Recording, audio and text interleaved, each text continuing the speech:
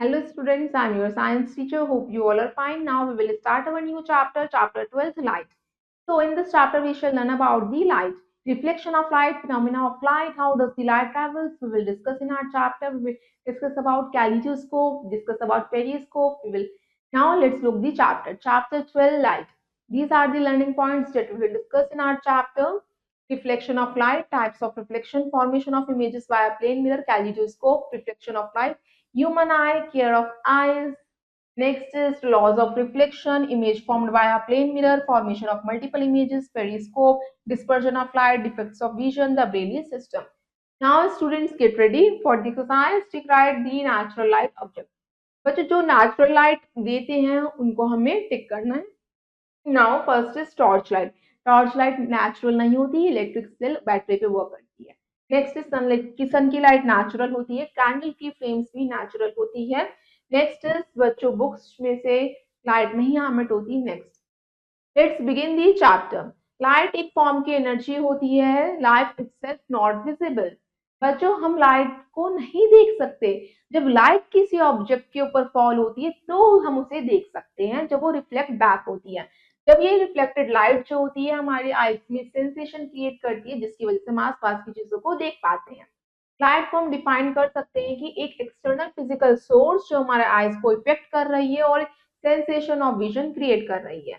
What is reflection of light? एक ऐसा phenomena जिसमें रे ऑफ लाइट ट्रेवल करती है एक ऑप्टिकल मीडियम से दूसरे ऑप्टिकल मीडियम तक और उससे बाउंस बैक होती है, उसी को हम रिफ्लेक्शन ऑफ लाइट कहते हैं.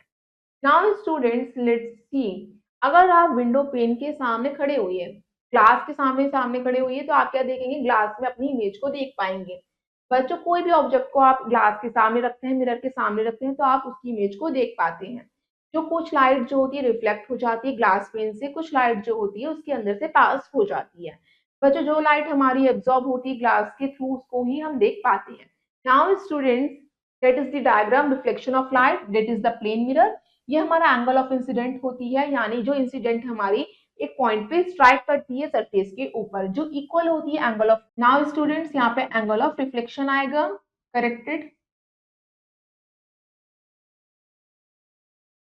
जो एंगल ऑफ इंसिडेंस होती है वो एंगल ऑफ रिफ्लेक्शन की इक्वल होती है, जो रिफ्लेक्टेड रे जिसे हम कहते हैं. नाउ स्टूडेंट्स कुछ हमारी टर्म्स हैं जो रिफ्लेक्शन में रिलेट करती है. Start with the incident ray. एक रे ऑफ लाइट जो फॉल हो रही है रिफ्लेक्टिंग सरफेस के ऊपर यानी मिरर के ऊपर, उसे हम इंसिडेंट रे कहते हैं, जिसे हमने फिगर में एओ से डिनोट करा है. पॉइंट ऑफ इंसिडेंट एक पॉइंट होता है इंसिडेंट का जो हमारी रिफ्लेक्टिंग सरफेस के ऊपर स्ट्राइक करता है, उसे हम पॉइंट ऑफ इंसिडेंस कहते हैं, जिसे हमें फिगर में ओ पॉइंट से डिनोट करा है. नेक्स्ट आता है रिफ्लेक्टेड रे. जो रे ऑफ लाइट हमारी रिफ्लेक्ट होती है रिफ्लेक्टिंग सरफेस के पॉइंट से, उसी को हम पॉइंट ऑफ इंसिडेंस कहते हैं, जिसे हमने फिगर में ओ बी से डिनोट करा है. नाउ स्टूडेंट्स नेक्स्ट आता है आपका नॉर्मल रे. जो लाइन हमारी परपेंडिकुलर होती है सरफेस के ऊपर पॉइंट ऑफ इंसिडेंस के बीच में, और हमारे उसे हम नॉर्मल रे कहते हैं, जिसे हमें ओ एन से डिनोट करा है फिगर में. नेक्स्ट आता है एंगल ऑफ इंसिडेंस. जो हमारा एंगल भी फॉर्म होता है इंसिडेंट रे और नॉर्मल रे के बीच में, उसे हम एंगल ऑफ इंसिडेंस कहते हैं, जिसे हम एंगल को एंगल आई से डिनोट करते हैं, जिसे हमने रे ए ओ नाम दिया है. नेक्स्ट आता है एंगल ऑफ रिफ्लेक्शन. जो एंगल आपका रिफ्लेक्टेड रे और नॉर्मल रे के बीच में बनता है उसे आप एंगल ऑफ रिफ्लेक्शन कहते हैं. एंगल ऑफ रिफ्लेक्शन को आप डिनोट करते हैं एंगल आर से, जिसे आपने फिगर में डिनोट करा है रे ओ बी से. नाउ स्टूडेंट्स नेक्स्ट है आपके रिफ्लेक्शन के लॉस. बच्चों जब कोई भी लाइट रे रिफ्लेक्ट होती है किसी भी स्मूथ सरफेस के ऊपर से, वो कुछ लॉज को ओबे करती है, तभी हमें वो ऑब्जेक्ट दिखाई देता है. उसी को हम लॉज ऑफ रिफ्लेक्शन कहते हैं. फर्स्ट लॉ ऑफ रिफ्लेक्शन आपका होता है जब इंसिडेंट रे, रिफ्लेक्टेड रे और नॉर्मल रे तीनों ही सेम प्लेन पे सेम लाइन में लाई करते हैं, that is A O O N and O B. Next second law आता है रिफ्लेक्शन का. जो एंगल ऑफ इंसिडेंस है अगर आपकी इक्वल हो जाती है एंगल ऑफ रिफ्लेक्शन के, that is angle i is equals to angle r. तो हमारे लॉज ऑफ रिफ्लेक्शन जो है अप्लाई हो जाते हैं रिफ्लेक्टिंग सरफेस के ऊपर, चाहे वो रिफ्लेक्टिंग सरफेस आपका प्लेन है या कर्व है. Now let's see the knowing fact. अगर इंसिडेंट रे हमारी फॉल हो रही है प्लेन मिरर के ऊपर नॉर्मल रे के अलोंग, मतलब 90 डिग्री में, तो रिफ्लेक्टेड रे बिल्कुल सेम डायरेक्शन से जाएगी, सेम पाथ से जाएगी जिस पाथ से वो आई थी. अगर फिर हमारे बोथ द एंगल्स जो होते हैं इंसिडेंस और रिफ्लेक्शन, उसकी डिग्री कितनी हो जाती है? Angle i is equals to 0 degree, angle r is equals to 0 degree, अगर वो परपेंडिकुलर होती है. Now next is types of reflection. Reflection बच्चों टू टाइप्स के होते हैं, रेगुलर एंड डिफ्यूज. जो टाइप्स ऑफ रिफ्लेक्शन होते हैं डिपेंड करता है कि रिफ्लेक्टिंग सरफेस का नेचर कैसा है, कि जिस सरफेस के ऊपर से लाइट रेज बाउंस बैक होके जा रही है वो सरफेस स्मूथ है, रफ है। Now start with the regular reflection. जब लाइट आपकी रिफ्लेक्ट बैक होती है, जिस पाथ से वो आई है उसी पाथ में जाती है, वो आपका स्मूथ सरफेस होना चाहिए, यानी तभी वो रेगुलर रिफ्लेक्शन करता है, just like plane mirror. Now next आता है डिफ्यूज्ड और इरेगुलर रिफ्लेक्शन। जब आपकी लाइट फॉल होती है एक अनइवन सरफेस के ऊपर जो पॉलिश्ड नहीं होता, जस्ट लाइक वुड और वॉल, उस पे आपकी इमेज फॉर्म नहीं होती। आपकी लाइट जो है आपकी जिस पाथ से आती है उससे सारी ही डायरेक्शन में वो स्प्रेड हो जाती है। पैरेलल इंसिडेंट बीम फॉर्म होता है बच्चों। जो रिफ्लेक्टेड बीम है वो पैरेलल नहीं होता, उसी को हम डिफ्यूज या इरेगुलर रिफ्लेक्शन कहते हैं। Now students let's see the table difference between regular and diffuse reflection.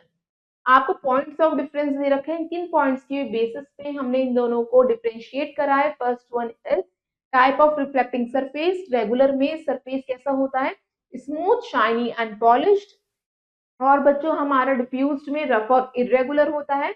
Reflected raise जो होती हैं वो पैरेलल होती हैं इंसिडेंट के।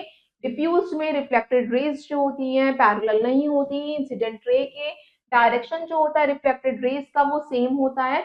डिफ्यूज्ड में डायरेक्शन जो होगा रिफ्लेक्टेड रेज का वो स्प्रेड हो जाएगा सारी ही जगहों पे।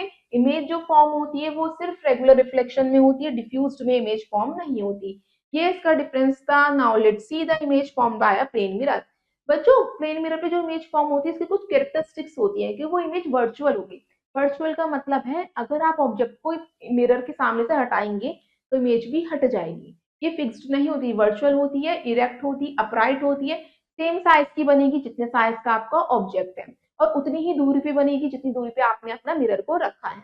बच्चों ये इमेज जो होती है लेटरली इन्वर्टेड होती है। लेटरली इन्वर्टेड को कैसे समझेंगे हम, मतलब कि ये इंटरचेंज करती है left to right and right to left.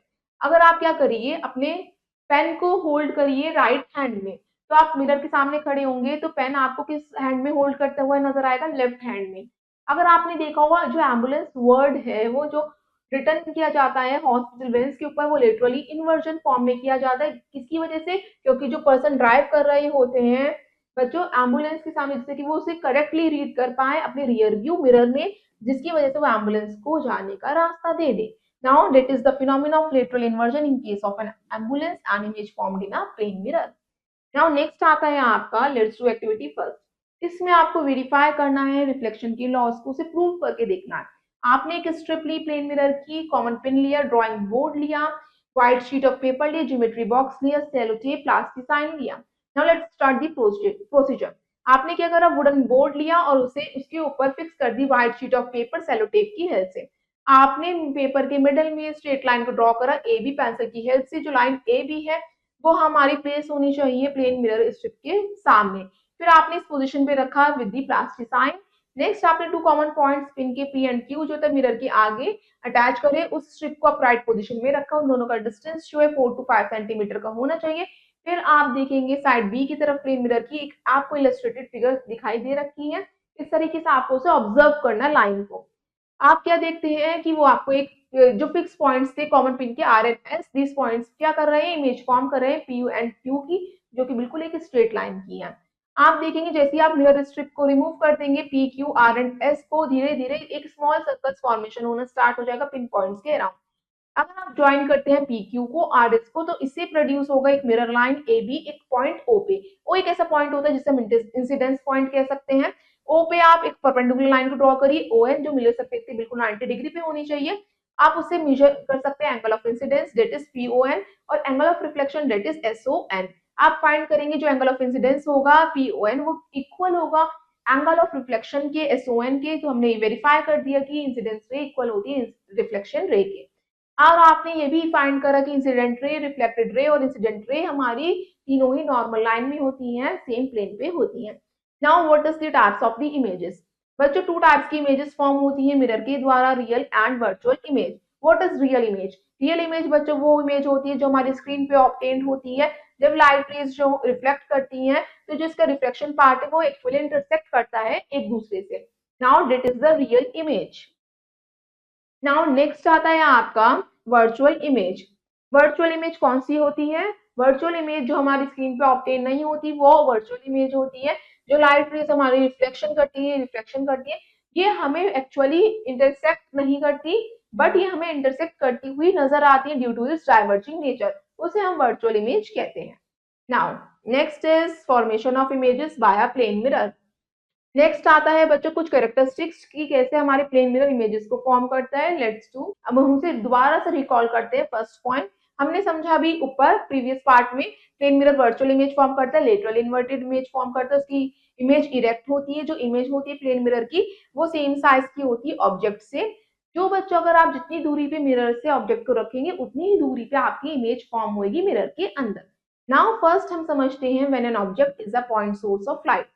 हम एक पॉइंट को कंसीडर करेंगे ऑब्जेक्ट ओ, जो हमारा प्लेन मिरर के सामने रखा गया है एम एम डे डैश से। फिर आप देखेंगे टू रेज जो है उसमें से लाइट ओ ए और ओ बी जो है मिरर के ऊपर फॉल हो रही है ए और बी पॉइंट से। फिर आप देखेंगे जो रेज है हमारी रिफ्लेक्शन करना स्टार्ट कर रही है, वो रेज कौन सी है, ए सी एंड बी डी। इसी तरीके से जो रिफ्लेक्टेड रेज है वो हमारी मिलती हुई नजर आएंगी हमें एक पॉइंट पे। बच्चों जो पॉइंट है उसे हम आई डिनोट करेंगे जो कि ऑब्जेक्ट ओ के ऊपर रखा हुआ है। Now that is shown in the image point source of light.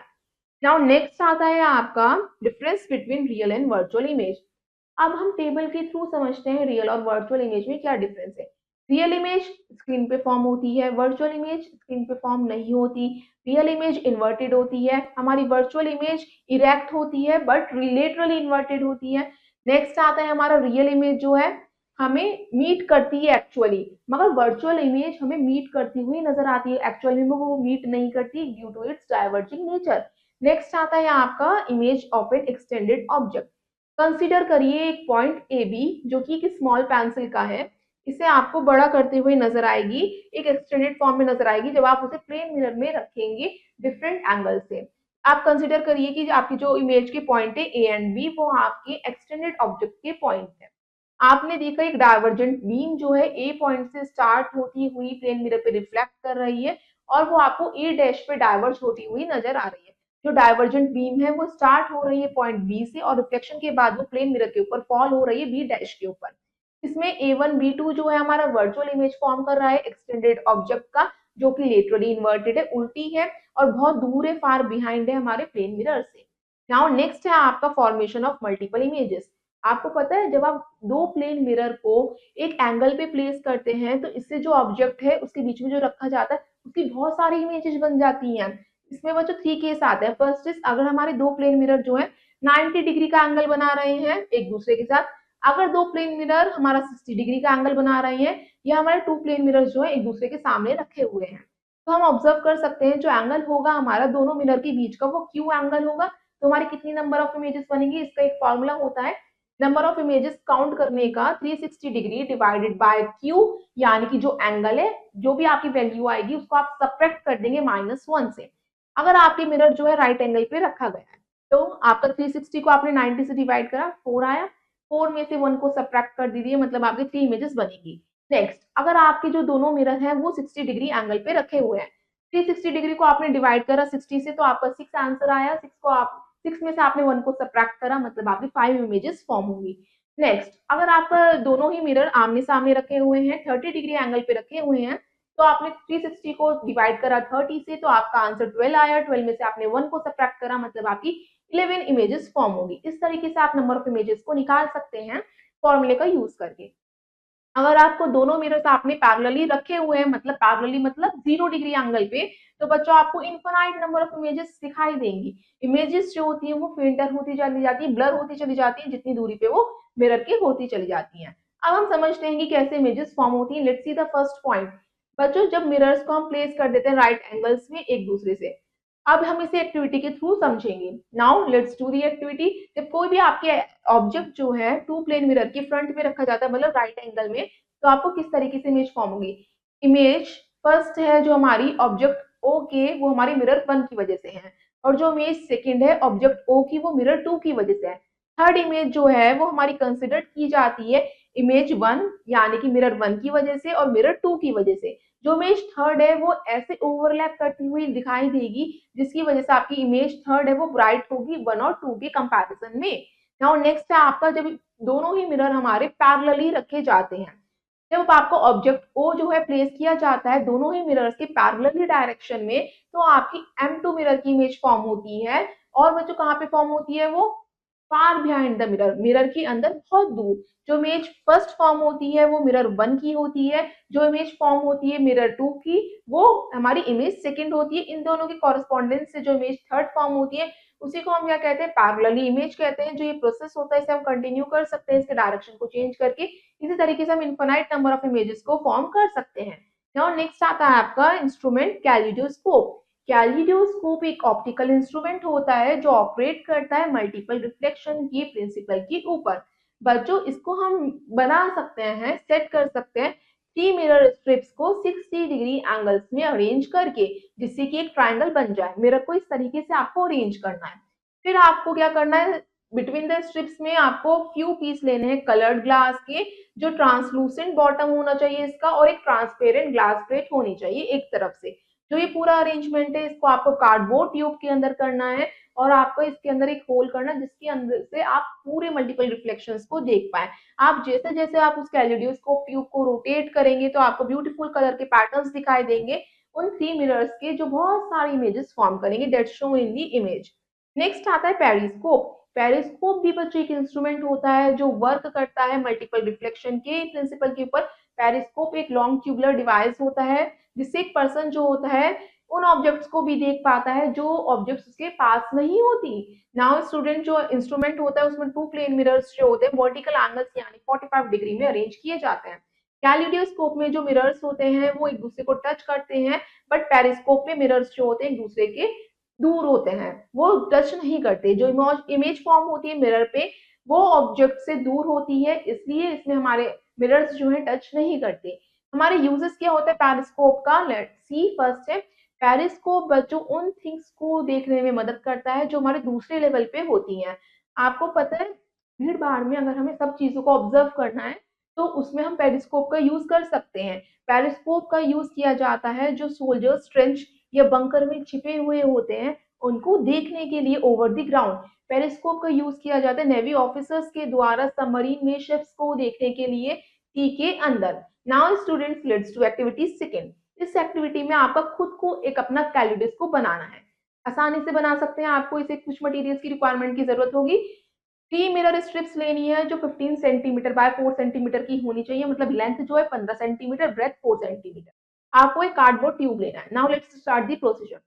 आप कैलिडोस्कोप बनाने के लिए 3 रेक्टेंगुलर मिरर के पीसेस लेंगे, स्ट्रिप्स लेंगे जो 15 सेंटीमीटर अलोंग होगी और 4 सेंटीमीटर चौड़ी होगी। आपने इसको ज्वाइन कर दिया एक प्रिज्म के फॉर्म में that shown in the image. फिर आपको क्या करना है? आपको इसे फिक्स कर देंगे सर्कुलर कार्डबोर्ड ट्यूब के ऊपर या किसी भी थिक चार्ट पेपर के ऊपर से आप क्या कर सकते हैं?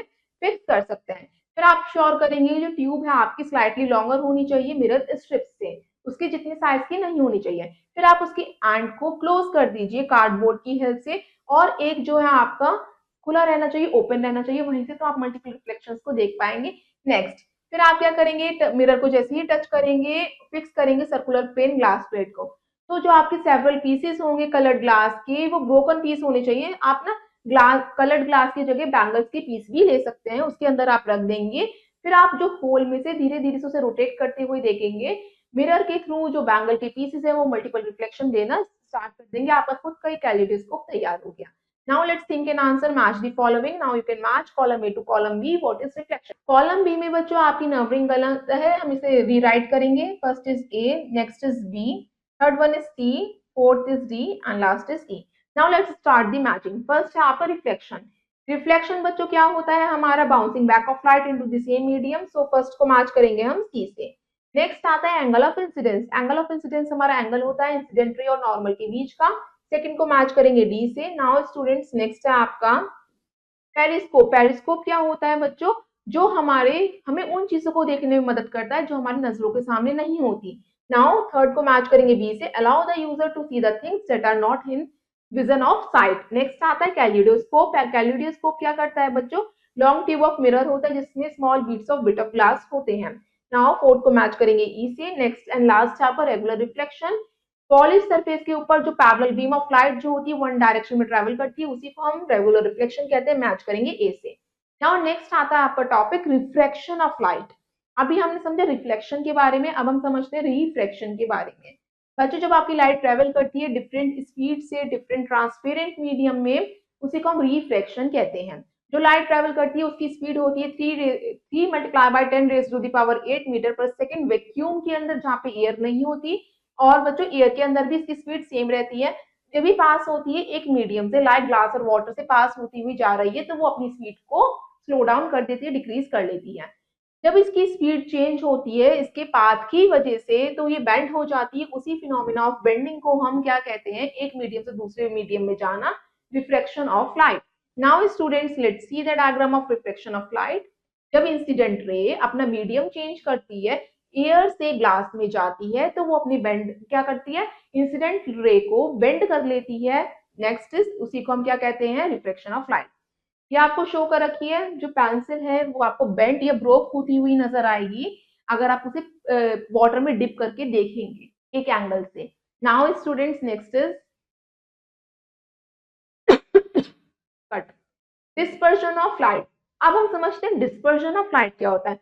ये एक फिनोमिना है जिसमें व्हाइट लाइट स्प्लिट यानी ब्रेक होती हुई नजर आती है डिफरेंट कलर्स में, अगर वो ट्रांसपेरेंट मीडियम से पास करवाई जाती है, जस्ट लाइक प्रिज्म। उसी को हम डिस्पर्शन ऑफ लाइट कहते हैं। सर इसाक न्यूटन वो फर्स्ट साइंटिस्ट थे, उन्होंने ये बताया था कि व्हाइट लाइट को अगर हम प्रिज्म से पास करवाएंगे तो वो डिफरेंट कलर्स हमें विजिबल होते हैं। न्यूटन ने क्या करा था, सनलाइट को एक डार्क रूम से पास करवाया था एक स्मॉल होल ऑफ विंडो के थ्रू। और बच्चों वो लाइट जो थी प्रिज्म के ऊपर जैसे ही स्ट्राइक हुई तो उसे उन्हें डिफरेंट कलर्स नजर आए एक व्हाइट स्क्रीन के ऊपर प्रिज्म के। तो उन्होंने ये देखा जो कलर्ड बैंड है वो 7 कलर के रेनबो की तरह फॉर्म हो रहे थे। बच्चों वो 7 कलर्स जो है वो इस ऑर्डर में होते हैं, डेट इज विबग्योर। विबग्योर जो है इसका एक्रोनिम होता है, let's see the colours, violet, indigo, blue, green, yellow, orange and red. जो ऑर्डर होता है कलर्स का उसे हम याद कर सकते हैं विबग्योर के नेम से। जो कलर बैंड होता है उसी को हम स्पेक्ट्रम ऑफ व्हाइट लाइट कहते हैं। स्पेक्ट्रम बच्चों एक कलर्ड बैंड होता है जो हमें व्हाइट स्क्रीन पे ऑब्टेन होता है जब कोई भी व्हाइट लाइट हमारी प्रिज्म से पास होती हुई जाती है। इस एक्सपेरिमेंट में बच्चों न्यूटन ने कंक्लूड करा था जो व्हाइट लाइट है वो मिक्सचर होती है 7 कलर्स का। वो बच्चों व्हाइट दिखाई देती है, विजिबल होती है, मतलब एक्चुअली में उसमें 7 कलर्स कंसिस्ट रहते हैं। उसको हम सेपरेट करके देख सकते हैं through this experiment. Now students, let's see the diagram of dispersion of light. कोई भी सनलाइट हमारी या व्हाइट लाइट प्रिज्म से पास होती है तो आप उसकी स्पेक्ट्रम ऑफ बैंड्स को देख सकते हैं पेपर के ऊपर, that is in the form VIBGYOR, violet, indigo, blue, green, yellow, orange and red. Now students, next is, Newton ने ये भी प्रूव करा था कि जो हमारे 7 कलर्स हैं वो उनको मिला के भी व्हाइट लाइट प्रोड्यूस हो सकती है, मतलब ये एक रिवर्सिबल फिनोमिना है, वो दोबारा से रिकम्बाइन हो सकते हैं। उन्होंने ये डेमोन्स्ट्रेट करा था अपने एक्सपेरिमेंट के थ्रू। उन्होंने एक सर्कुलर डिस्क लिया कार्डबोर्ड का और उसके ऊपर 7 कलर से पेंट कर दिया इसी सीक्वेंस में, विबग्योर के सीक्वेंस में। फिर उन्होंने क्या करा था, डिस्क को बहुत जल्दी जल्दी रोटेट करना स्टार्ट करा। जितनी जैसे जैसे वो स्पीड को इंक्रीज कर रहे थे डिस्क को रोटेट करते हुए, तो उनके सारे कलर्स कंबाइन होकर क्या फॉर्म कर रहे थे, एक व्हाइट कलर फॉर्म कर रहे थे। जस्ट लाइक जैसे रेनबो जो होता है आपको स्काई में नजर आता है आफ्टर द रेन, बारिश के बाद सन की शाइन की वजह से वो डिस्पर्शन ऑफ लाइट करता है, आपको 7 कलर का इंद्रधनुष दिखाई देता है। नेक्स्ट आता है ह्यूमन आई। ह्यूमन आई बच्चों एक कॉम्प्लेक्स स्ट्रक्चर होता है जिसमें आई बॉल में सॉकेट होता है और बच्चों वो प्रोटेक्टिव कैविटी यानी स्कल से प्रोटेक्ट रहती है। आईलिड्स जो होती हैं हमारे कोई भी पार्टिकल्स को आई में एंटर करने से प्रिवेंट करती हैं। डस्ट पार्टिकल्स जो होते हैं, आई हमारी स्फेरिकल शेप की होती है, ये कैमरे की तरह फंक्शन करती है। इसके फॉलोइंग पार्ट्स होते हैं हमारी आई के, स्टार्ट विद दी प्यूपिल। प्यूपिल एक टाइनी होल होता है जो हमारे आई के सेंटर में होता है, जो आईज में कितनी लाइट एंटर करेगी वो डिटरमाइन करता है। नेक्स्ट आता है इरीज। इरीज हमारे आई का कलर्ड पार्ट होता है जो हमारे मसल से बना हुआ होता है। ये हमारा बताता है प्यूपिल को अपना साइज इंक्रीज करना है या डिक्रीज करना है।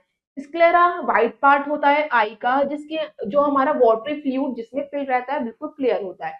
नेक्स्ट आता है कॉर्निया। कॉर्निया थोड़ा थिक होता है, मोटा होता है, ट्रांसपेरेंट टिश्यू से बना हुआ होता है जो हमारे आई के फ्रंट को कवर करता है।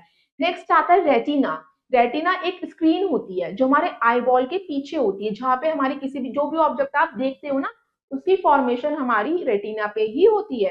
रेटिना एक लाइट सेंसिटिव सेल होते हैं जिसमें रॉड होते हैं और कॉन्स होते हैं। जो लाइट हमारी रॉड्स और कोन्स पे फॉल होती है, जिसकी वजह से इलेक्ट्रिक इम्पल्स जनरेट होते हैं और यही इम्पल्सेस हमारे ऑप्टिक नर्व्स के थ्रू ब्रेन तक पहुंचाए जाते हैं और ब्रेन उस मैसेजेस को इंटरप्रेट करके बताता है कि आपने क्या चीज देखी है। नेक्स्ट आता है लेंस। बच्चों, लेंस एक ट्रांसपेरेंट टिश्यू होता है जो हमारे प्यूपिल और रेटिना के बीच में पाया जाता है।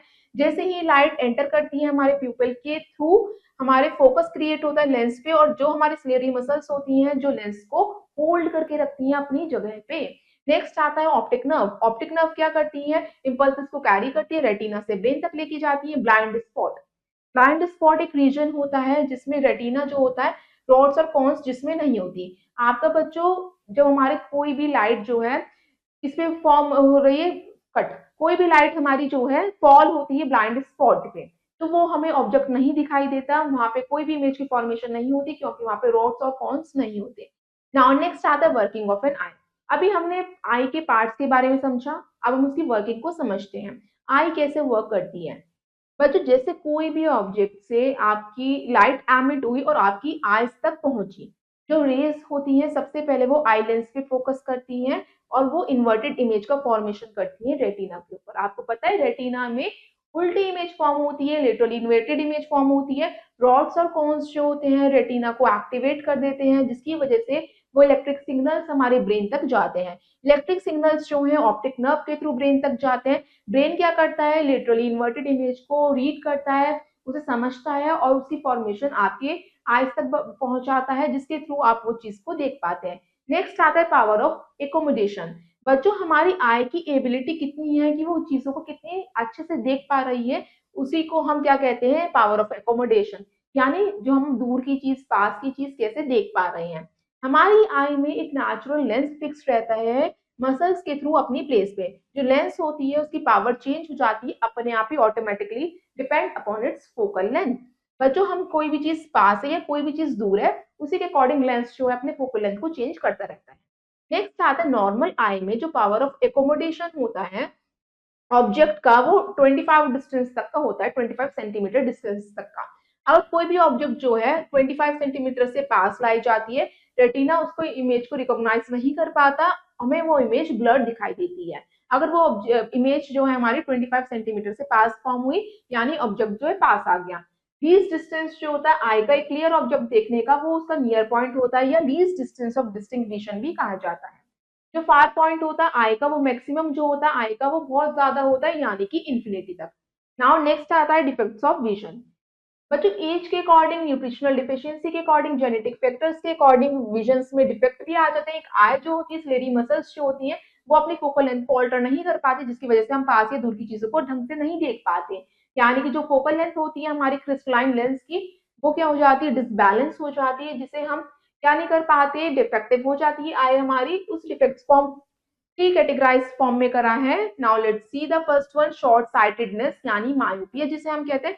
जो पर्सन हमारा इस डिफेक्ट मायोपिया से सफर करता है, वो क्या कर पाता है, पास की चीजों को तो अच्छे से देख पाता है, यानी दूर की चीजों को वो अच्छे से नहीं देख पाता, उन्हें हम मायोपिया यानी शॉर्ट साइटेडनेस कहते हैं। यानी कि सिर्फ उन्हें पास की चीजें देख पा रही हैं। नाउ स्टूडेंट्स, जो हमारी इमेज फॉर्म होती है डिस्टेंट ऑब्जेक्ट्स की, वो रेटिना के फ्रंट में ही फॉर्म हो जाती, रेटिना के तक पहुंच ही नहीं पाती, इसलिए हम दूर की ऑब्जेक्ट्स को नहीं देख पाते। इस विजन को करेक्ट करने के लिए हम कॉन्केव लेंस का यूज करते हैं। कॉन्केव लेंस उसकी फोकल लेंथ को एडजस्ट कर देता है। Now students, let's see the myopic eye. इसमें क्या होता है, रेज हमारी रेटिना से पहले ही फॉर्म हो जाती है, जिसकी वजह से हमें दूर की चीजें नहीं दिखाई देती। इसमें हम कॉन्केव लेंस का यूज करते हैं उसके फोकस को करेक्ट करने के लिए। सेकेंड आता है लॉन्ग साइटेडनेस। इसमें लोग जो होते हैं दूर की चीजें देख पाते हैं, पास की चीजें नहीं देख पाते, उन्हें हम हाइपरमेट्रोपिया कहते हैं। जो पर्सन क्या करते हैं, हाइपरमेट्रोपिया से सफर करते हैं, तो वो क्या कर पा रहे हैं, ऑब्जेक्ट्स जो पास के रखे हुए हैं उन्हें क्लियरली नहीं देख पा रहे। क्यों, क्योंकि रेटिना क्या कर रहा है, रेटिना पे रेस फॉल ही नहीं हो पा रही, वो पीछे जा रही हैं। जब तक रेटिना पे रेस फॉल नहीं होंगी तो इमेज की फॉर्मेशन नहीं होगी, जिसकी वजह से ब्लर इमेज दिखाई देती है। इस विजन को हम करेक्ट कर सकते हैं कॉन्वेक्स लेंस के द्वारा, फोकल लेंथ उसकी एडजस्ट करके। Now here is the image of the hypermetropic I. Next आता है कैटरेक्ट। बच्चों, ये एक ऐसा डिफेक्ट होता है जो एज के अकॉर्डिंग होता है। आई लेंस जो होती है हमारी फॉगी होने स्टार्ट हो जाती हैं बच्चों, क्यों वजह से, या वियर एंड टीयर की वजह से, यानी कि हमारी जो सेल्स हैं वो डैमेज होने स्टार्ट हो जाते हैं, इसकी वजह से हो सकता है, या कुछ हमारे एलिमेंट एरियासिस की वजह से हमारे कैटरेक्ट हो सकता है। कैटरेक्ट एक मेजर कॉज होता है विजन लॉस का। इससे धीरे धीरे विजन भी जा सकता है। ये 14 ईयर्स से अबव लोगों को होता है। इसका प्रिंसिपल कॉज होता है ब्लाइंडनेस इन दी वर्ल्ड, यानी कि जो ब्लाइंडनेस है, यानी जो लोग देख नहीं पा रहे, वो कैटरेक्ट की वजह से ही। तो इसे एडवाइस किया जाता है जो पर्सन कैटरेक्ट से सफर कर रहे हैं उनको सर्जरी करवा लेनी चाहिए जल्दी से जल्दी, जब उनके ये सिम्टम्स दिखने स्टार्ट हो जाते हैं, यानी कि ब्लड विजन हो जाता है या कैटरेक्ट मैच्योर होना स्टार्ट हो जाता है। Now students, let's see the image. Cataract becomes cause of vision loss if not treated on time, अगर टाइम से उसे ट्रीट नहीं किया गया। नाउ स्टूडेंट्स, नेक्स्ट है केयर ऑफ द आईज। हम आईज की केयर कैसे कर सकते हैं? आईज जो है एक बहुत प्रीशियस हमारा ऑर्गन होती है बच्चों। Now should we take care of them. Now let's start with first one. आपको हमेशा सीधे बैठना चाहिए जब आप रीडिंग करते हैं या राइट करते हैं। आपको कभी भी बच्चों कम लाइट में नहीं पढ़ना चाहिए, एडिक्वेट लाइट का इंटेंसिटी होनी चाहिए। नेक्स्ट है बच्चों, आपको अपनी आईज को कोल्ड वाटर, क्लीन वाटर से वॉश करना चाहिए। नेक्स्ट आता है आपका, कभी भी आप डिम लाइट में नहीं पढ़ेंगे, इससे आपकी आईज पे स्ट्रेन पड़ता है, और ना ही ज्यादा लाइट में पढ़ेंगे, इससे आपकी आईज हार्मफुल हो सकती हैं। नेक्स्ट आता है, कभी भी आप टेलीविजन या बहुत देर तक नहीं देखेंगे, या जो रीडिंग करते हैं बहुत देर तक एक साथ नहीं करेंगे। कम से कम आप 6 फीट की दूरी पे टेलीविजन बैठ के देखेंगे। नेक्स्ट आता है, आपको उन फूड मटेरियल्स को खाना चाहिए जिसमें विटामिन ए ज्यादा होता है, just like papaya, carrot, mango, spinach यानी पालक, हरे पत्तेदार सब्जियां, एग्स, मिल्क, बटर। इन सब में क्या, विटामिन ए की वजह से ही बच्चों नाइट ब्लाइंडनेस होती है। अगर इसे टाइमली ट्रीट नहीं किया गया तो आईज ड्राई हो जाती हैं, कॉर्निया सॉफ्ट हो जाता है, और पर्सन जो होता है ब्लाइंड हो सकता है। कभी भी आईज को रब नहीं करना चाहिए गंदे हाथों से, इससे इन्फेक्शन हो जाता है। कभी भी अगर आपके आईज में स्ट्रेन हो रहा है, दर्द हो रहा है, तो आप आईसाइट चेक करवा सकते हैं। नाउ नेक्स्ट आता है ब्रेल सिस्टम। ब्लाइंड पीपल देख नहीं पाते बच्चों, उसके एब्सेंस में, पावर ऑफ विजन के एब्सेंस में, जो विजुअली चैलेंज पीपल है, जो लोग देख नहीं पाते, वो दूसरे सेंसेस का यूज करते हैं आसपास की चीजों को रिकॉग्नाइज, आइडेंटिफाई करने के लिए, यानी टच करके महसूस करते हैं, स्मेल करके, टेस्ट करके, या सुनने की थ्रू, हियरिंग के थ्रू। नाउ इनेबल पीपल्स, यानी कि जो आपके ब्लाइंड पीपल्स हैं वो पढ़ सके, इसके लिए लुइस ब्रेली ने, वो खुद ही एक ब्लाइंड पर्सन थे, उन्होंने एक स्क्रिप्ट तैयार करी थी 1834 में, जो रेज्ड डॉट्स की स्क्रिप्ट थी, जिसमें जो अक्षर थे वो डॉट की फॉर्म में थे, उभरे हुए थे अल्फाबेट्स, नंबर्स या पंक्चुएशन मार्क्स। जो सिस्टम था उसे बाद में नेम दिया गया ब्रेल सिस्टम। इस सिस्टम ऑफ लेटर्स में, नंबर्स में, पंक्चुएशंस में 6 रेज्ड डॉट्स होती हैं, पॉइंट्स होते हैं, जिसको हम 63 कॉम्बिनेशन से अरेंज कर सकते हैं वर्ड्स को रिकॉग्नाइज करने के लिए। Here are the Braille system and this is the Louis Braille image. Now next is बच्चों, हर एक जो कैरेक्टर है ब्रेल कोड का, वो बच्चों एक अरेंज करता है 1 to 6 रेज डॉट का। मतलब इसमें ना हर एक अल्फाबेट में 6 डॉट्स का ही इस्तेमाल हुआ होगा, यानी कि 6 से ज्यादा नहीं होती, 1 to 6 के बीच में ही होती है। हर एक डॉट जो होती है उसकी नंबर्ड पोजीशन होती है ब्रेल सेल में। इस टेबल में इंडिकेट किया गया है, जो डॉट्स है वो अरेंज की गई है ब्रेल सेल के अकॉर्डिंग। हर एक लेटर जो है अल्फाबेट को डिनोट कर रहा है। इसमें बच्चों फर्स्ट 10 लेटर्स जो है अल्फाबेट की, ए टू जे, और जो स्पेशल नंबर साइन है कंप्राइजेस वो डॉट्स है 3 4 5 6 के। नाउ स्टूडेंट्स, 1980 में ब्रेल कंप्यूटर सॉफ्टवेयर भी डेवलप हुआ था। इसमें एडिशनल एड्स दिए गए थे, जिसमें कि वॉइस रिकॉग्नाइजेशन सॉफ्टवेयर था, यानी हम बोल के कोई भी वर्क को कर सकते थे। ऑप्टिकल स्कैनर था, स्पेशल कंप्यूटर कीबोर्ड थे जिसमें हम टाइप भी कर सकते थे। ये डिवाइसेस जो थे इनपुट, आउटपुट और डॉक्यूमेंट्स को ट्रांसलेट करने के लिए इस्तेमाल किए गए थे ब्रेल के द्वारा ही। Now students, let's think and answer right answers. A rainbow is formed as a result of physical phenomena, उसे हम क्या कहते हैं बच्चों? Dispersion of light।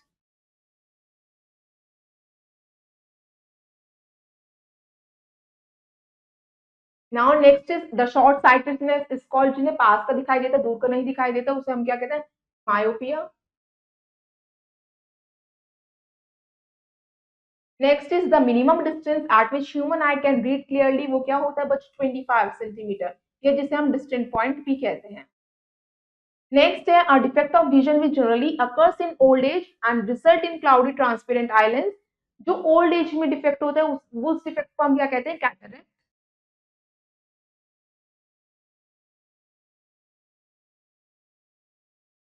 Now students, let's have a quick look on the following points. अब इन points को देखते हैं जो अपने अपने चैप्टर में डिस्कस कर रहे थे। हमने समझा कि लाइट एक फॉर्म की एनर्जी होती है। लाइट, हम लाइट को नहीं देख सकते। लाइट जब किसी भी ऑब्जेक्ट पे फॉल होती है तब हम उस ऑब्जेक्ट को देख पाते हैं लाइट के थ्रू। रिफ्लेक्शन 2 टाइप्स की पढ़ी हमने, रेगुलर और डिफ्यूज। एंगल ऑफ इंसिडेंस जो होता है इक्वल होता है एंगल ऑफ रिफ्लेक्शन का। डिफ्यूज रिफ्लेक्शन वो होता है जिसमें रिफ्लेक्टेड रेज जो होती है सब तरफ फैल जाती हैं, स्प्रेड हो जाती हैं। रिफ्लेक्शन जो है 2 टाइप्स के होते हैं, regular reflection and irregular reflection. जो इमेज फॉर्म होती है हमारी प्लेन मिरर के ऊपर वो इरेक्ट होती है, वर्चुअल होती है, सेम साइज की होती है और सेम डिस्टेंस पे होती है। बच्चों जब हमारा टू प्लेन मिरर्स जो है हम कोई एंगल पे रखते हैं, फिर हमारे इससे जो ऑब्जेक्ट हम उसमें प्लेस करेंगे, इससे मल्टीपल इमेजेस हमारी फॉर्म हो सकती है। ये हमने अपने चैप्टर में समझा था फॉर्मूला के थ्रू। नाउ नेक्स्ट है कैलिडोस्कोप और पेरिस्कोप जो है मल्टीपल रिफ्लेक्शन के प्रिंसिपल के ऊपर वर्क करता है। जब हमारी व्हाइट लाइट स्प्लिट होती है 7 कलर्स में, उसे हम डिस्पर्जन ऑफ लाइट कहते हैं। ह्यूमन आई जो है हमारा वंडरफुल ऑप्टिकल इंस्ट्रूमेंट होता है जो एक कैमरे की तरह वर्क करता है। हमारी आंखें जो एबिलिटी होती है आई की, जो जिसकी वजह से हम ऑब्जेक्ट्स को देख पाते हैं दूर पे, उसे हम क्या कहते हैं, पावर ऑफ एकोमोडेशन। मायोपिया और हाइपरमेट्रोपिया ये टू मेजर डिफेक्ट होते हैं विजन की। मायोपिया में हम सिर्फ दूर का नहीं देख पाते, हाइपरमेट्रोपिया में हम पास का नहीं देख पाते। लुइस ब्रेल एक साइंटिस्ट थे जो खुद एक ब्लाइंड थे। उन्होंने विजुअली चैलेंज पीपल के लिए जिससे वो पढ़ पाए, उन्होंने एक सिस्टम लॉन्च करा था, उसे हम ब्रेल सिस्टम कहते हैं। हमने अपने चैप्टर में पढ़ा था। Now students, rest of the exercise you will do yourself. I hope you all students have understood this chapter. Thank you and have a nice day.